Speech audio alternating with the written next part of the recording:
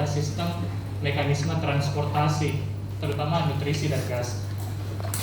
Dalam kuliah ini saya ingin membawakan 3 bagian, yaitu pertama sistem konduksi dari respirasi, yang kedua sistem respirasi itu sendiri, dan yang ketiga adalah bagian dari struktur yang membantu proses ventilasi. Sebagaimana yang kita ketahui bahwa sistem respirasi itu terdiri dari beberapa organ, ya. Dalam organ itu akan saling berinteraksi satu dengan yang lain. Kemudian dia akan membentuk satu sistem mekanisme untuk bisa melakukan difusi udara dari eksternal tubuh masuk ke internal tubuh untuk digunakan sebagaimana yang kita butuhkan. Sistem konduksi dari respirasi itu dimulai dari hidung sampai pada bronchiolus terminalis di parenkim paru. Sedangkan bagian respirasinya dimulai dari bronchiolus respiratorius sampai pada alveoli, ya. Selain dari parenkim paru dan organ-organ yang terlibat dalam proses konduksi ini, kita juga membutuhkan organ-organ tambahan yang membantu untuk proses ventilasi, kembang dan kempisnya paru, ya. Itulah yang kita sebut sebagai struktur penunjang. Nah, struktur penunjang ini yang pertama adalah diafragma.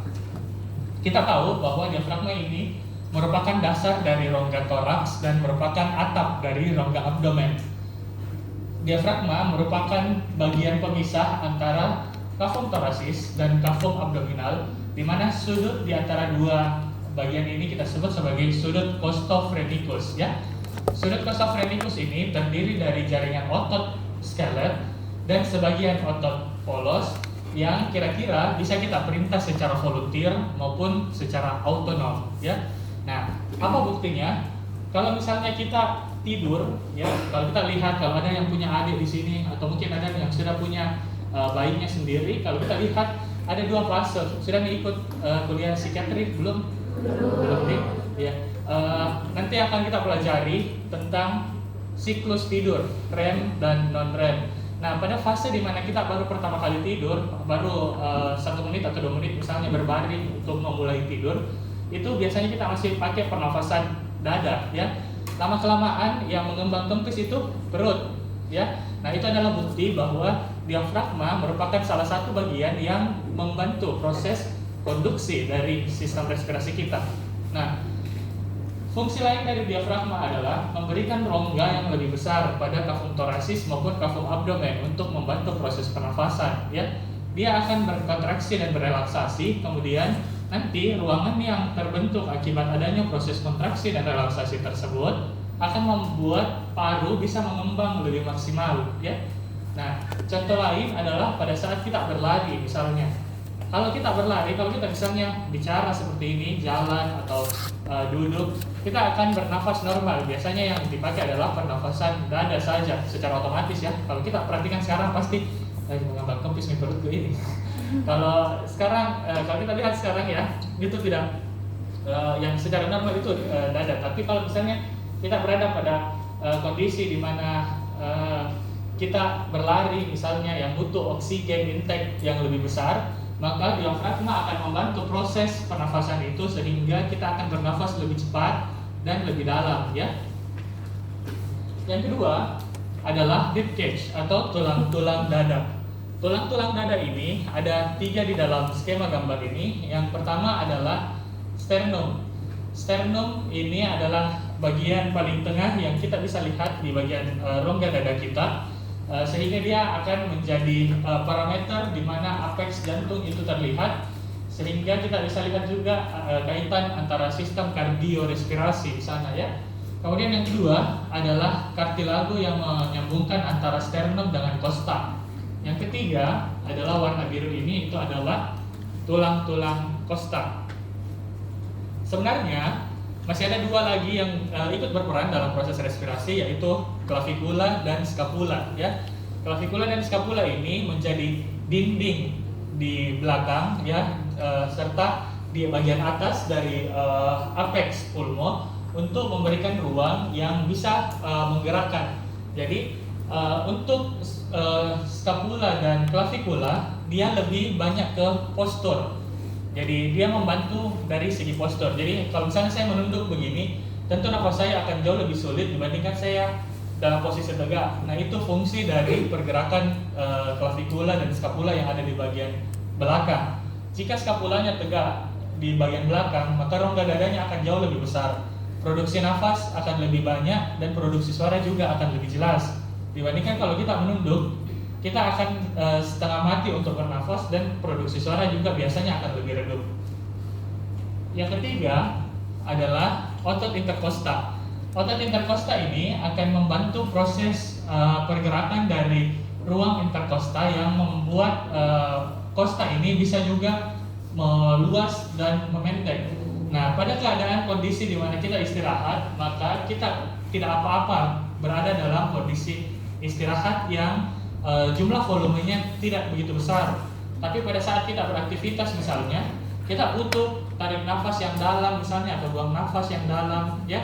Anggaplah misalnya dari lantai 1 naik lantai 3, ya.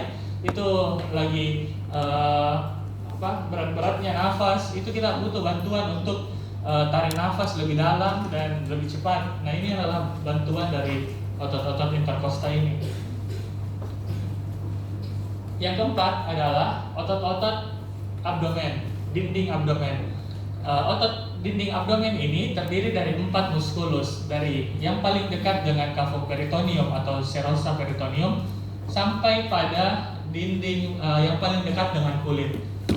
Muskulus pertama adalah muskulus transversus abdominis, ya. Muskulus transversus abdominis ini adalah muskulus yang terletak paling dalam dari rongga perut kita, yang bisa kita ukurannya atau posisinya kira-kira pada saat kita tolak pinggang begini. Nah, disitulah kira-kira posisinya, ya, berada di sekitar pinggang dan sudut esophagus tadi.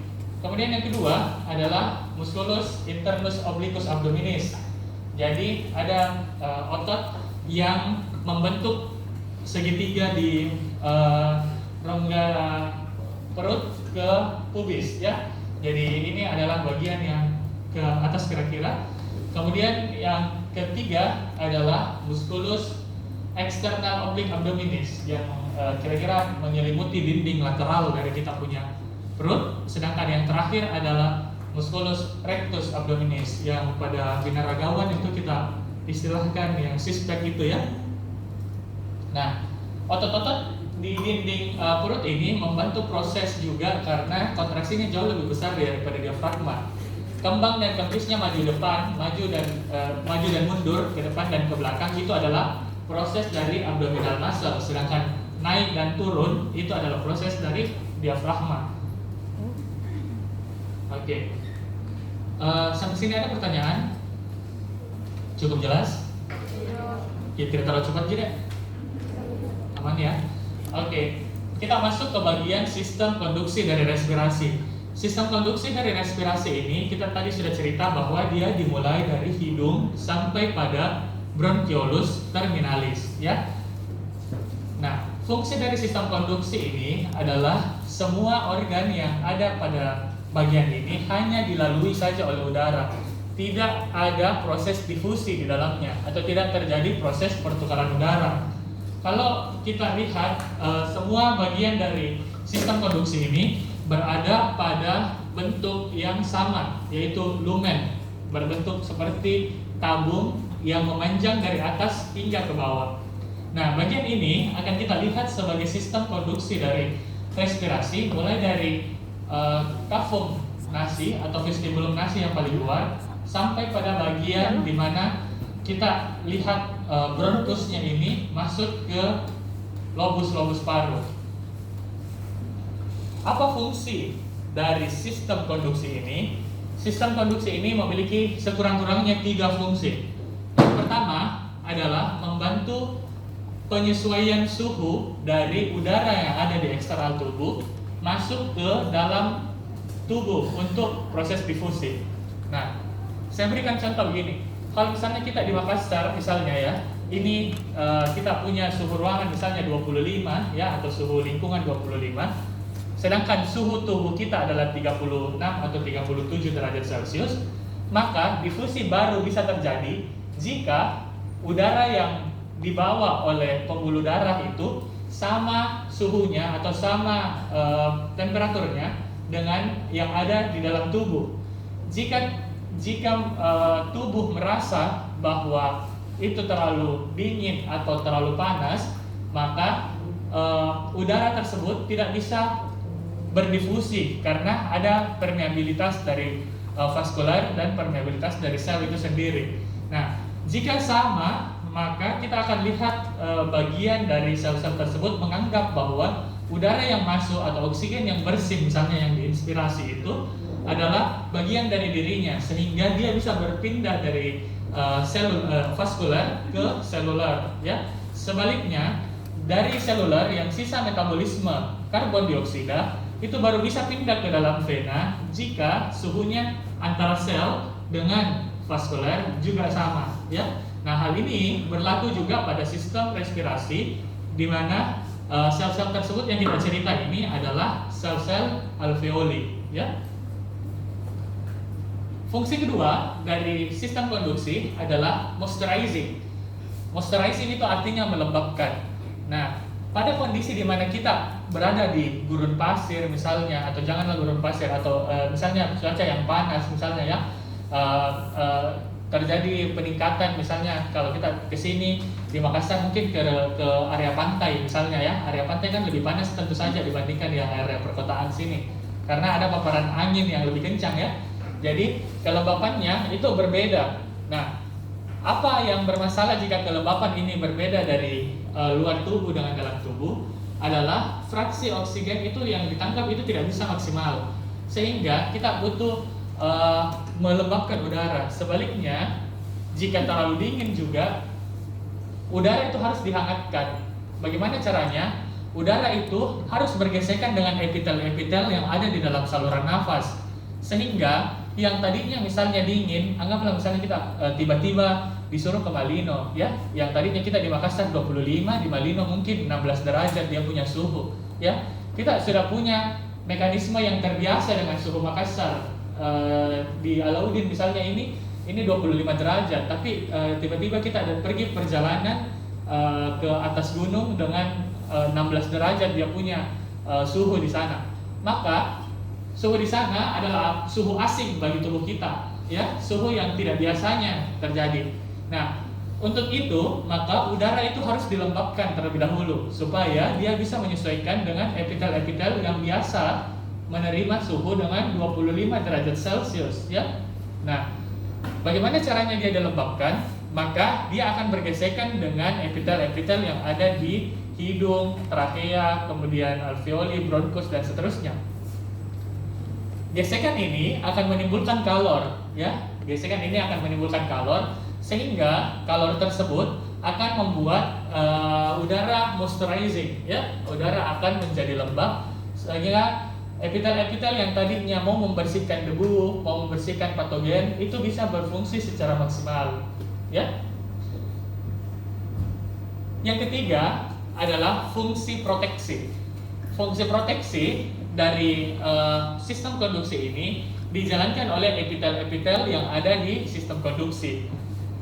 Dari nasofaring sampai pada alveoli itu akan mengalami perubahan epitel yang berbeda dari satu organ ke organ yang lain. Yang paling kompleks adalah pseudostratified columnar epithelium atau kita sebut sebagai epitel bertingkat, ya. Atau nama bahasa medisnya adalah epitel respiratorius. Respiratory epitel ini terdiri dari 4 jenis sel. Yang pertama adalah sel basal, yang kedua sel torak bersilia, yang ketiga adalah sel goblet, dan yang keempat adalah sel dust atau sel debu. Nah, mekanisme proteksi adalah mekanisme yang terjadi secara 2 cara. Pertama adalah mekanis, yang kedua adalah seluler. Mekanis itu diperankan oleh epitel melalui kinosilia dan fibrisa, ya. Fibrisa kita ada bulu-bulu atau rambut-rambut di hidung, ya. Rambut-rambut hidung ini berfungsi untuk menangkap partikel-partikel yang makro saat kita menginspirasi sesuatu, ya. Jadi kalau misalnya kita naik motor tanpa ada masker misalnya, atau kita tidak tutup penutup kacanya, maka paparannya itu jauh lebih besar ya, paparan debu, kita jatuh serbuk-serbuk sari dari pohon, ada debu berterbangan dari jalanan ya, ada asap knalpot dan seterusnya. Itu semuanya akan terinspirasi, terhirup. Nah, fungsi pertama adalah fungsi mekanis dari Fimbriza ya. Fimbriza akan menangkap semua partikel-partikel itu sebagai penyaring ya, ibaratnya seperti filter AC ya. Filter AC dia seperti udara yang tidak boleh debu masuk, sehingga udaranya akan terfiltrasi dan yang dialirkan bersih. Nah, jika Fimbriza tidak bisa menangkap ini, maka debu akan terlempar ke dalam, akan masuk ya, akan berhasil enter kita punya saluran nafas. Apa akibatnya? Itu bisa saja berpotensi menjadikan infeksi di dalamnya. Nah, supaya tidak terjadi infeksi, maka Tuhan yang Maha Kuasa memberikan dua mekanisme. Pertama, Tuhan bekali kita dengan epitel respiratorius yang ada sel gobletnya. Dan yang kedua, Tuhan kasih kita kelenjar salivatory minor yang berfungsi untuk dua-duanya menghasilkan sekret mukos, ya, sekret seromukos. Nah, tadi ceritanya debunya sudah masuk ke hidung. Setelah dari hidung dia masuk ke trachea. Di trachea itu ada epitel. Epitelnya epitel respiratorius yang kita cerita tadi. Nah, epitel respiratorius itu ada sel goblet di dalamnya. Di dalam sel goblet itu dia berfungsi untuk menghasilkan sekret. Nah, sekretnya itu bersifat mukos atau seromukos ya, encer, tapi kadang-kadang kental juga, tergantung situasi ya. Kalau misalnya dia ada patogen yang masuk, maka dia akan bungkus itu patogen sehingga patogennya akan hipoksia. Nah, bakteri kalau dia hipoksia, dia tidak bisa beregenerasi, dia tidak bisa bergerak, flagelnya tidak bisa kemana-mana ya. Akhirnya dia mati di sana. Jadi dia akan mengeliminasi bakteri dengan cara menyelimuti patogen tersebut sampai dia tidak punya energi untuk bergerak dan menginfeksi. Nah, ini tadi yang kita cerita adalah 3 fungsi dari sistem konduksi, ya, sistem konduksi dari respirasi. Nah, bagian dari sistem konduksi ini semuanya dilapisi oleh epitel yang berubah dari kompleks menjadi simplex dari atas ke bawah. Dari hidung sampai trachea itu dilapisi oleh pseudostratified columnar epithelium yang ini, atau epitel bertingkat semu bersilia, atau epitel bertingkat ya. Yang di bawahnya yaitu bronchus itu sudah dilapisi oleh epitel yang lebih sederhana yang kita sebut sebagai simple columnar epithelium atau epitel selapis torak ya, selapis torak. Kemudian yang di bawahnya lagi ada bronchiolus. Bronchiolus itu terbagi atas 2 cabang, bronchiolus terminalis dan bronchiolus respiratorius. Yang terminalis itu dilapisi oleh simple cuboidal atau sistem cuboid, epitel cuboid, sedangkan yang di dalamnya atau di bawahnya itu adalah epitel gepeng di bronchiolus respiratorius ya. Nah, ini adalah gambaran skematik bagaimana perubahan itu terjadi. Kalau kita lihat di sini ya, ini ada dari sini sampai ke sini, ini adalah trachea. Ini artinya dia adalah epitel bertingkat karena sampai di sini masih kita dapat ada sel goblet di sini ya. Dari sini ini sudah masuk ke bronchus ya, bronchus sampai sini. Dari sini sampai sini ini adalah bronchiolus terminalis dan ini adalah bronchiolus respiratorius. Nah, kalau kita lihat di sini, ini ada perubahan dari berbagai macam epitel di sini. Ketika terjadi kelainan pada epitel-epitel ini, maka tentu saja ada disturbance dari jaringan yang ada di sana, ya. Nah, untuk hidung sampai trachea, umumnya kita menggunakan istilah ISPA, ya. Kalau kita nanti insya Allah 1 atau 2 tahun ke depan sudah koas ya. Nanti kita akan tulis di lembar integrasi, lembar rekam medis itu ISPA biasanya. Kenapa kita tulis ISPA? Karena kalau kita misalnya makan coklat terlalu banyak atau minum es terlalu banyak, biasanya kan kita ada infeksi sedikit di saluran nafas ya, ada influenza, flu ya, common cold.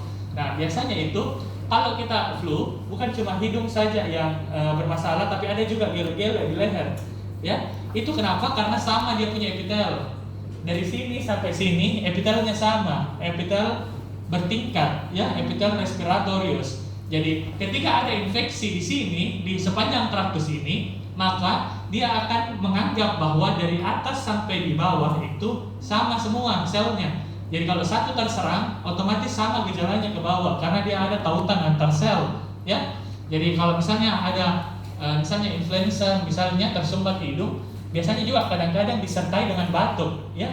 Jadi batuk flu jadinya. Nah, itu karena adanya epitel yang sama, salah satu faktornya. Nah, untuk ISPA itu biasanya kita sebutnya ISPA saja langsung didiagnosis klinis ya. Tidak, walaupun ada sebenarnya diagnosis spesifik, apakah dia faringitis kah, laringitis kah, tracheitis kah ya, atau epiglottitis kah. Nah, itu adalah bagian yang nama-nama spesifik. Tapi biasanya karena dia menunjukkan gejala klinis yang sama, maka kita sebutnya ISPA saja. Jadi upper respiratory tract infection. Sedangkan yang di bawah itu dia punya epitel tidak sama. Ada yang epitelnya torak, ada yang epitelnya kuboid, ada yang epitelnya gepeng. Nah, karena itulah nama penyakitnya juga biasanya disebut lebih spesifik. Kalau dia kena di bronkus, maka namanya bronkitis. Kalau dia kena di bronchiolus, maka namanya bronchiolitis ya. Kalau dia kena di alveoli, namanya pneumonia ya. Jadi kira-kira begitu model ceritanya. Kenapa bisa dia di yang upper itu disebut ISPA saja ya, upper respiratory tract infection, karena itu epitelnya dia sama dari atas ke bawah. Tapi yang di bawah itu epitelnya berbeda-beda, jadi dia lebih spesifik penyebutannya.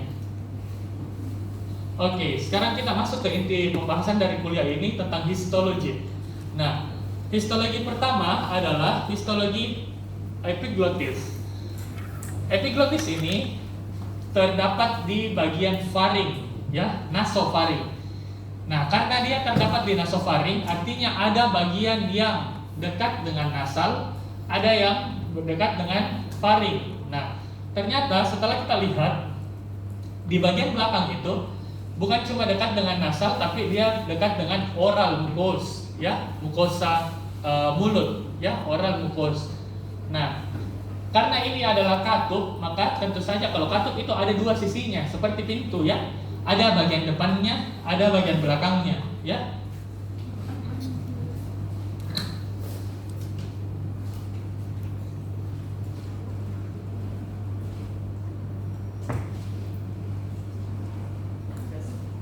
Ini bisa dipakai, saya? Nah, ada bagian depan, ada bagian belakangnya, ya. Jadi kalau misalnya kita lihat ini pintu, di bagian luar itu ada sisinya, di bagian dalam juga ada sisinya, ya. Ada kalau kita lihat laptop misalnya, laptop ini ada bagian layarnya, ada bagian covernya, ya. Jadi ada bagian yang di sini, ada bagian di sini. Bagian yang di sebelah sini berbeda bentuknya dengan bagian yang ada yang di depan sini, ya. Sama halnya juga dengan epiglottis, karena dia merupakan bagian yang ada di nasofaring, ya. Di nasofaring, maka kita bisa lihat ada bagian yang menyerupai oral mucus dan ada yang menyerupai respiratory mucus, ya. Bagian yang menghadap ke depan atau menghadap ke atas, ya, fungsi dari epiglottis itu adalah membuka dan menutup jalan nafas, ya. Pada saat dimana kondisi kita sedang bernafas dan tidak sedang makan, maka otak akan menerima rangsang dari nervus vagus, ya, yang menginervasi epiglottis bahwa yang lewat ini adalah berat jenisnya udara, ya, berat jenis yang lebih ringan, sehingga bukalah epiglottis. Kalau misalnya kita lagi mastikasi, lagi mengunyah makanan, maka nervus 7 dan nervus 12 akan mengirim sinyal ke otak, kemudian otak akan memberikan respon. Responnya jatuh ke nervus vagus. dia minta nervus vagus untuk tutup epiglotis supaya apa? Makanan yang kita telan akan jatuh ke belakang ke esofagus dan tidak masuk ke dalam trachea, ya. Nah, karena dengan demikian kita bisa mengetahui bahwa ada sisi di mana epiglotis ini membuka dan menutup, sedangkan yang membuka itu sisinya adalah lebih dekat di oral mucus, sedangkan yang menutup itu biasanya lebih dekat dengan posisi di belakang, yaitu respiratory tract atau mukosa sistem respirasi. Nah, apa manifestasinya? Secara histologi ternyata kita lihat di sini sisi depan itu dilapisi oleh epitel yang sama dengan epitel oral, yaitu epitel berlapis gepeng tidak bertanduk. Sedangkan sisi dalamnya itu dilapisi oleh epitel yang sama dengan epitel laring yang ada di bawahnya, yaitu epitel torak bersilia atau bahkan epitel bertingkat, ya. Jadi sekurang-kurangnya dia adalah epitel selapis torak. Tapi biasanya kalau kita dapati di bagian pangkal-pangkal itu sudah berlapisan dengan sama dengan laring punya. Jadi dia adalah epitel bertingkat. Di bagian bawah dari epiglotis itu akan ada kita dapati lamina propria. Lamina propria ini merupakan jaringan yang merupakan struktur jaringan ikat longgar, ya, yang dilapisi oleh serat-serat elastik utamanya. Kemudian di lamina propria ini kita dapati ada potongan-potongan vaskular, ada juga pembuluh limfe dan saraf di sana, ya. Namun ini tidak begitu terlihat. Kemudian di bagian bawahnya lagi, sayang sekali saya tidak punya sampai di bawah sekali, ya. Ini ada satu lapisan lagi yang kita sebut sebagai lamina cartilago, ya. Lamina cartilago ini dilapisi oleh epitel cartilago elastis, ya. Elastis cartilage. Jadi kenapa elastic cartilage? Supaya dia bisa membuka dan menutup bagian sisi dari pertengahannya, supaya kita bisa lihat sebagai bagian yang seperti katup. Oke. Setelah epiglotis, kita masuk ke bagian laring. Karena tadi epiglotis itu adalah bagiannya faring, ya. Dia terletak di bagiannya faring. Jadi kita tidak tulis subjudulnya sebagai faring sendiri, tapi langsung ke epiglotis. Nah, di laring perbedaannya itu hanya pada lapisan lamina cartilago, di mana laminanya di sini, di cartilagonya di sini dia bentuknya adalah hyaline cartilage, sedangkan di epiglotis tadi dia adalah elastic cartilage, ya. Kalau kita misalnya lihat di bagian mukosa, dia juga sama dilapisi oleh epitel berlapis, epitel bertingkat, ya, atau epitel respiratorius, sedangkan yang di bagian bawahnya juga dilapisi oleh lamina propria. Di bagian bawahnya lagi ada lamina cartilago. Bedanya adalah di laring itu adalah hyaline cartilage. Nah, cartilago di laring ini akan menjadi dinding pita suara, ya. Jadi akan ada kita temukan penebalan dari otot skelet dan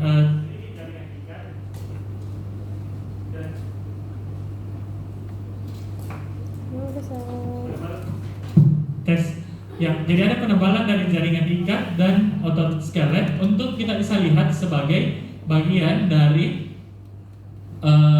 pita suara itu sendiri, ya. Nah, kalau kita lihat lagi di sini, kalau kita lihat lagi di sini, di bagian paling atasnya ini adalah bagian mukosa, ya, dilapisi oleh epitel bertingkat atau pseudostratified columnar epithelium atau epitel respiratorius. Di bagian bawahnya sini ini adalah lamina propria, sama yang seperti yang kita jelaskan tadi. Kemudian di bagian bawahnya lagi ini kita lihat ada kelenjar salivatorius minor, ya. Yang ini tadi yang saya cerita bahwa kalau misalnya dia ada patogen di sini, maka kelenjar saliva ini akan menghasilkan sekret yang seromukos. Kemudian dia akan menyelimuti patogen yang masuk dan dia membuat patogen tersebut hipoksia dan akhirnya mati ya.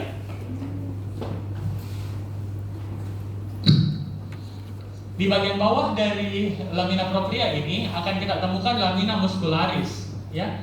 Lamina muscularis ini adalah otot-otot polos dan otot-otot skelet kalau di laring, karena ini adalah bagian dari vocal cord ya, yang bisa kita perintah ya. Buktinya kita bisa perintah adalah kalau misalnya kita mau kasih besar kita punya suara bisa, kalau kita mau kasih kecil kita punya suara bisa juga, kalau kita mau kasih cepat atau lambat bisa juga ya. Jadi dia adalah bagian yang bisa diperintah. Di bagian bawahnya akan ada lamina cartilago, di mana lamina cartilago di sini adalah cartilago hyalin. Nah, kalau kita lihat di sini, ini adalah lipatan dari laring, kemudian ini adalah dinding tadi yang kita sebut ya, cartilago hyalin. Di Adam's apple itu ada cartilago cricoidea dan thyroidea. Jadi di sini ini adalah bagian dari cartilago tersebut. Kemudian di bagian puncaknya, di bagian apikal, ini akan kita lihat adanya skeletal muscle ya, yang meninggi, sehingga kita bisa lihat adanya vocal cord yang menjadi satu ya. Oke. Setelah dari laring, maka kita akan masuk ke bagian trachea. Trachea ini adalah cincin berbentuk C yang disusun oleh cartilago hyalin juga. Nah, cartilago hyalin ini akan membentuk cincin C karena di bagian posterior dari trachea itu ada dua organ yang melindunginya. Pertama adalah vertebra, yang kedua di depannya ada esofagus ya. Sehingga dinding bagian belakang dari trachea itu tidak perlu dilindungi lagi dengan cartilago. Tapi kalau kita lihat dari depan, kalau kita lihat Adam's apple ya, atau jantung dalam bahasa awam mungkin, itu dari depan tidak ada pelindungnya sama sekali, cuma kulit saja dengan bantalan lemak. Sehingga kalau terjadi benturan misalnya atau terjadi sesuatu yang kira-kira bisa mencederai trachea, maka itu akan sangat rawan membuat trachea menjadi kolaps. Makanya Tuhan yang Maha Sempurna ini kasih kita cincin C. Nah, makna 20 di sini adalah jumlah dari cincin trachea atau cincin cartilago dari atas sampai ke bawah. Jadi kalau kita lihat ada orang yang lehernya agak panjang, kemudian ada orang yang lehernya agak pendek, itu bergantung variasinya ya. Jadi jumlahnya kira-kira sekitar 20 cincin cartilago berbentuk tapal kuda atau C-shape. Nah, sama seperti dengan preparat lain yang kita sebutkan tadi, dia punya beberapa lapisan. Lapisan pertama yang paling atas itu kita sebut sebagai lapisan mukosa. Mukosanya dilapisi oleh epitel berlapis gepeng. Epitel bertingkat ya, pseudostratified columnar epithelium. Kemudian nomor 3 ini dari ujung sini sampai dengan ujung sini itu kita sebut sebagai submukosa ya. Di mana di sini kita bisa dapatkan ada kelenjar-kelenjar salivatory minor yang kita sebut sebagai glandula trachealis. Di sini juga akan ada jaringan ikat longgar di mana akan ada pembuluh darah, potongan pembuluh darah, limfo dan saraf. Namun kita tidak nomori begitu jelas di sini, tapi kita bisa lihat ya, ada potongannya di sana. Lalu ada lamina cartilago ya, lapisan cartilago di sini yang diisi oleh cartilago hyalin. Di bagian bawahnya akan ada lamina adventitia ya, yang terdiri dari bagian jaringan ikat, kemudian sebelumnya ada muscularis dulu ya, lapisan otot, kemudian ada lamina adventitia yang terdiri dari jaringan ikat dan jaringan lemak.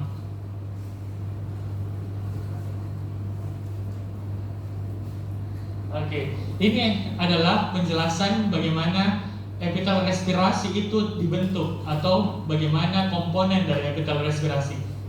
Bagian nomor 4 ini adalah lamina basalis dari epitel. Kemudian yang ini adalah sel-sel basal. Yang ini adalah sel torak bersilia. Sedangkan yang ini adalah sel goblet. Jadi ada 4 yang menyusun. Tambahannya 1 adalah sel dust atau sel debu di bagian antara dari sel-sel basal yang ada di bagian perifer ini ya. Oke. Sampai sini ada pertanyaan? Terlalu cepat ya kuliahnya? Oke. Kita masuk dari trachea. Di bifurcatio trachea dia akan bercabang dua ya. Bifurcatio trachea akan ada bronchus principalis dextra dan sinistra ya. Bronchus principalis dextra dan sinistra ini kita lihat secara histologi sama bentuknya, persis seperti trachea. Bedanya adalah cincin kartilagonya itu tidak lagi berbentuk C, tapi berbentuk seperti lempeng-lempeng yang terputus ya. Nah, ada 3 lapisan atau 3 bagian dari tingkatan bronchus. Itu adalah primer, secondary, dan tertiary bronchus, di mana ini kita bisa lihat perbedaannya masing-masing ya. Nah, bagian yang penting dari bronchus ini adalah adanya lapisan smooth muscle atau otot polos yang terletak di antara mukosa dan kartilago ya. Ini adalah pengganti dari kartilago yang tadinya berbentuk C di trachea menjadi lempeng-lempeng di bronchus. Jadi dia menggantikan posisi dari kartilago tersebut untuk memberikan perlindungan dan mempertahankan kekokohan bentuk dari lumen trachea lumen bronchus tersebut. Nah, ini adalah bagian skematiknya, sedangkan yang ini adalah struktur histologinya. Jadi kalau kita lihat di sini, yang putih ini adalah bagian yang kita sebut sebagai lumen. Kemudian bagian yang di sampingnya itu adalah epitel torak. Sedangkan yang di bagian sampingnya lagi, di bagian bawahnya, itu adalah lapisan otot yang tadi yang kita sebut ya. Maaf. Yang ini smooth muscle layer. Kemudian di bagian bawahnya akan kita dapati ada kelenjar salivatory minor ya. Di sini ada seromucous gland. Kemudian yang paling penting adalah hyaline cartilage. Di sini tidak lagi berbentuk cincin C, tapi seperti lempeng yang terputus. Kalau tadi di trachea itu berbentuk continuous begini ya, dari kiri ke kanan berbentuk U atau berbentuk tapal kuda. Kalau di sini dia akan putus-putus. Kadang-kadang di arah jam 1 ini ada, kemudian jarak jam 2 tidak ada, jam 3 tidak ada, ini jam 5 lagi ada ya, ada jam 7 lagi ada, dan seterusnya ya. Pokoknya kata kuncinya adalah lempeng kartilago. Nah, setelah dari bronchus yang 3 tadi sampai bronchus tersier di lobus-lobus segmental dari paru, maka dia akan bercabang menjadi cabang yang lebih kecil lagi yang kita sebut sebagai bronchiolus. Nah, di slide ini saya menuliskan 3 posisi, tapi sebenarnya cuma ada 2 ya. Bronchiolus itu cuma ada bronchiolus terminalis dan bronchiolus respiratorius. Saya tuliskan pre-terminal di sini adalah supaya bisa menandai untuk kita semua peralihan antara bronchus ke bronchiolus ya. Peralihan dari bronchus ke bronchiolus ini akan kita lihat dengan ditandai dengan adanya perubahan dari epitel ya, yang dari tadinya adalah epitel lapis thorax menjadi epitel lapis cuboid. Nah, ini tadi yang saya sebutkan ya. Dari bronchiolus yang ada di apikal itu masih ada kolumner, sedangkan yang di bawah itu sudah berbentuk cuboidal. Nah, tanda peralihan antara bronchiolus terminal dan bronchiolus respiratorius itu ditandai dengan adanya sel clara. Nah, sel clara ini berfungsi untuk membuat atau membentuk surfaktan, memproduksi surfaktan. Nah, kalau kita lihat atau kalau kita ingat-ingat bagaimana bentuk dari alveoli, alveoli itu berbentuk seperti lingkaran begini ya. Kalau misalnya kita inspirasi dan ekspirasi, maka alveoli ini akan diisi oleh udara dan dia akan mengembang dan mengempis. Nah, ketika dia mengembang dan mengempis, maka tidak boleh ada epitel yang berlekatan. Kalau dia berlekatan, maka dia akan menjadi kolaps. Nah, makanya produksi surfaktan dari sel clara itu akan membentuk seperti lapisan barrier. Jadi kalau kita mengembang dan mengempis, epitelnya tidak akan melekat satu dengan yang lain ya, sehingga kita bisa lihat sebagai bentuk yang inspirasi dan ekspirasi. Nah, ini tadi adalah gambaran skematik dari bronkiolus, di mana di sini kata kuncinya adalah tidak ada lagi kelenjar dan kartilago di bronkiolus, ya. Di saat kita sudah tidak dapati struktur kartilago dan struktur glandula, maka itu sudah pasti masuk ke bagian bronkiolus terminalis. Nah, ini bronkiolus terminalis ini adalah bagian posisi di mana kita bisa dapati adanya otot-otot yang hanya sampai 2 atau 3 lapisan saja di dinding luarnya, ya, sangat tipis. Oke. Nah, kalau kita lihat di sini, ya, ini akan ada beberapa bagian, ya. Ini adalah bronkus, sedangkan ini adalah bronkiolus terminalis, sedangkan ini adalah bronkiolus respiratorius. Tadi kita sudah cerita, ya, bahwa ada pertama perubahan epitel. Dari sini itu adalah torak, ya. Di sini ini adalah epitel torak. Yang ini adalah epitel kuboid, sedangkan yang di sini adalah epitel gepeng, ya. Jadi dari bagian bronkus itu epitel torak, respiratori terminal bronkiol itu kuboid, dan di ujung di respiratori bronkiol itu adalah gepeng, ya. Ada satu struktur yang sangat khas lagi di sini di bronkus, namanya bronchus associated lymphoid tissue, ya, BALT, bronchus associated lymphoid tissue. Jadi jaringan limfoid terkait bronkus atau pada bronkus. Nah, BALT ini sama seperti nodulus limfatis di lien, nodulus limfatis di limfonodus, di tonsilla palatina dan seterusnya, ya. Dia membantu proses imunitas selular, jadi imunitas adaptif yang berada di dalam bronkus ini, supaya kita tidak terserang infeksi yang besar atau yang berat ketika ada patogen yang masuk ke dalam paru. Oke, sampai sini ada pertanyaan dulu?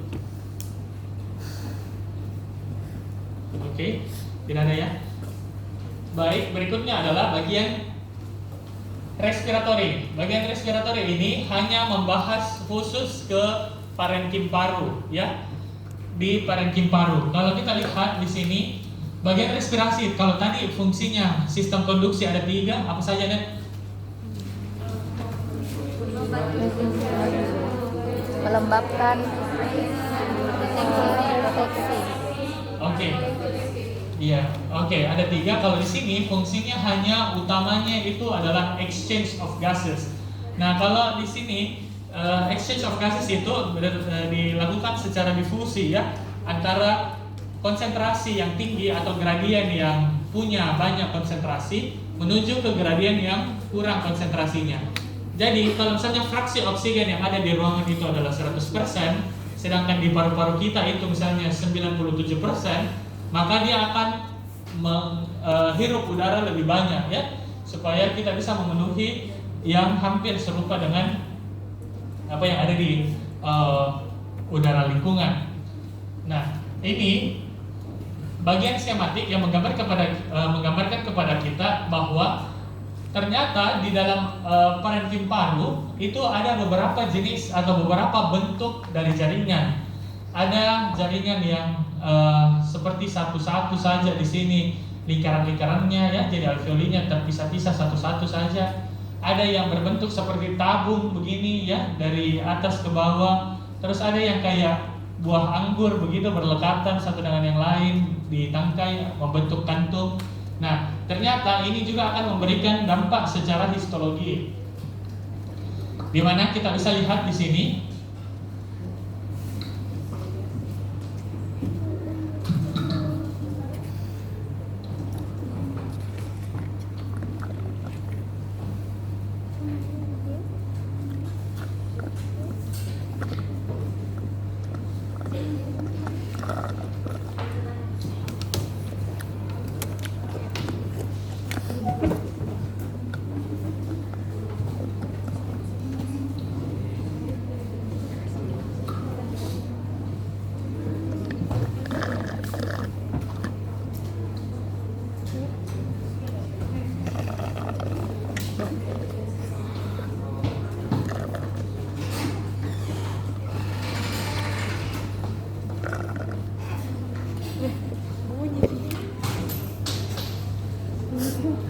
Oke. Nah, ini akan berdampak secara histologi. Kalau misalnya kita potong dia punya jaringan, maka kita bisa lihat adanya potongan lingkaran-lingkaran yang kecil ini ya. Ini ada yang besar, ini ada yang sedang, dan seterusnya. Nah, jika kita lihat ada satu lingkaran yang dindingnya utuh begini, maka kita sebut terminologinya sebagai alveolus. Tapi kalau misalnya kita dapati kumpulan lingkaran-lingkaran, ada yang lumennya kecil, ada yang sedang, ada yang besar, kemudian dia berkumpul menempel menjadi satu, ini artinya ada lebih dari satu lingkaran dengan dinding yang utuh, ya, dengan dinding yang intak. Maka struktur tersebut kita sebut sebagai alveoli, ya, bagian yang jamak.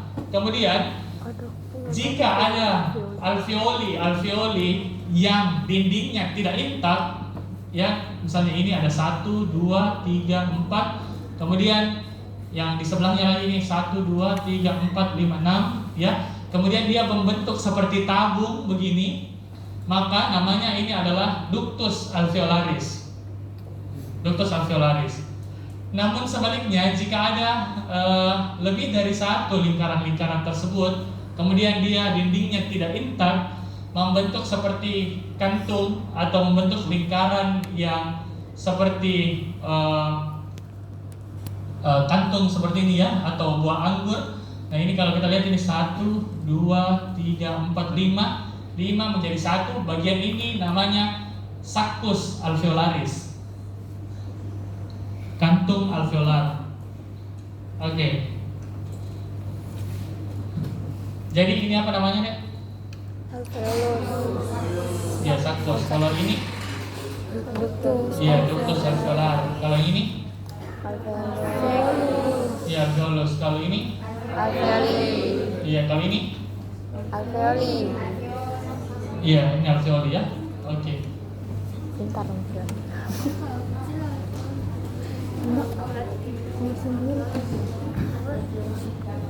Oke.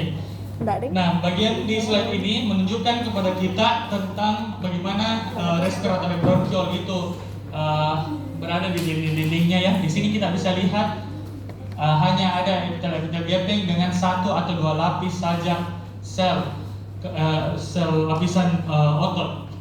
Kemudian berikutnya akan ada ini alveolus duct, ductus alveolaris, ya, saccus alveolaris. Kemudian ada interalveolar septa, ini tadi kita lihat di bagian sini, ini adalah septum interalveolar. Ini adalah jaringan ikat yang memisahkan antara satu lobus dengan lobus yang lain, ya.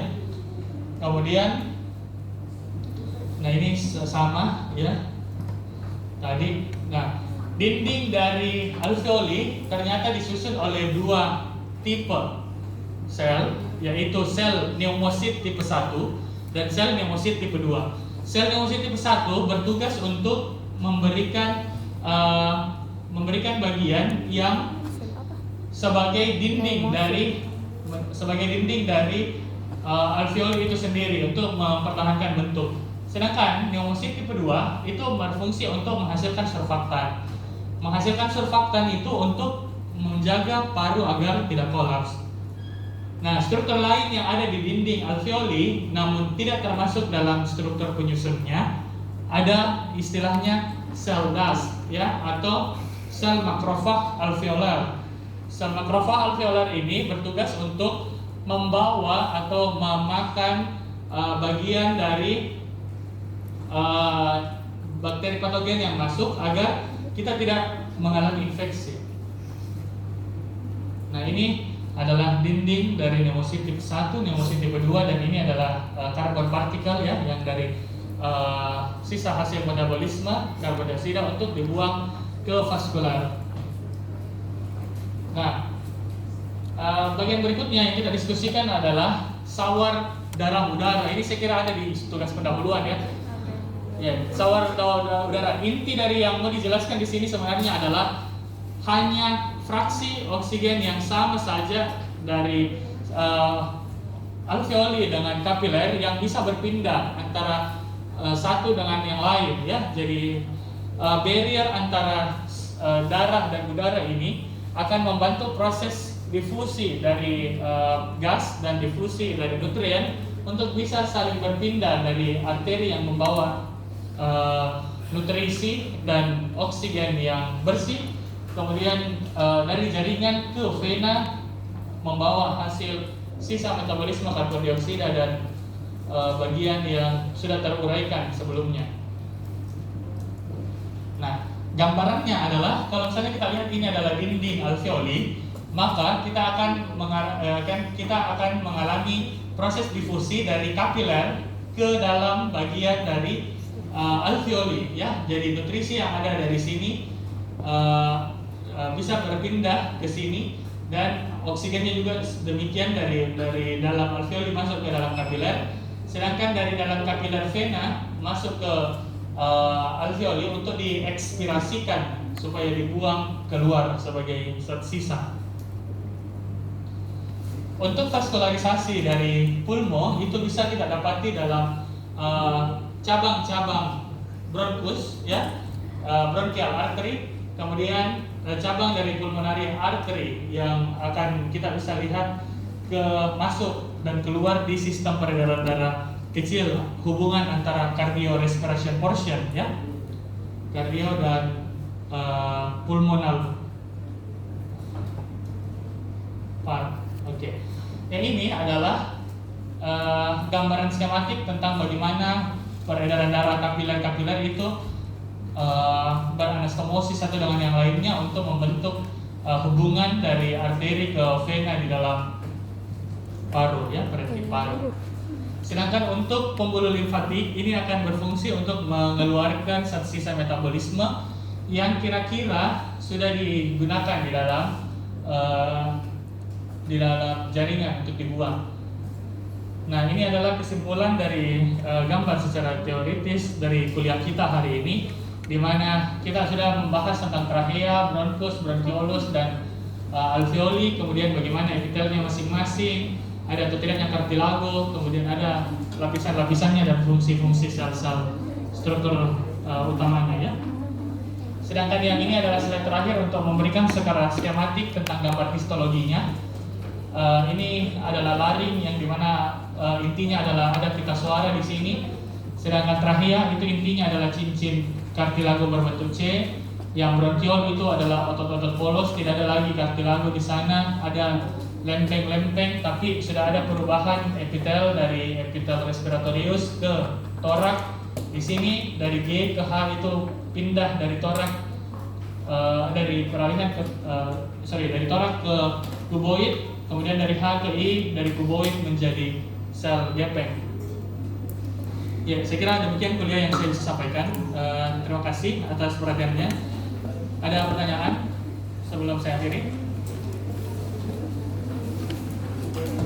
Mana absennya, Dek?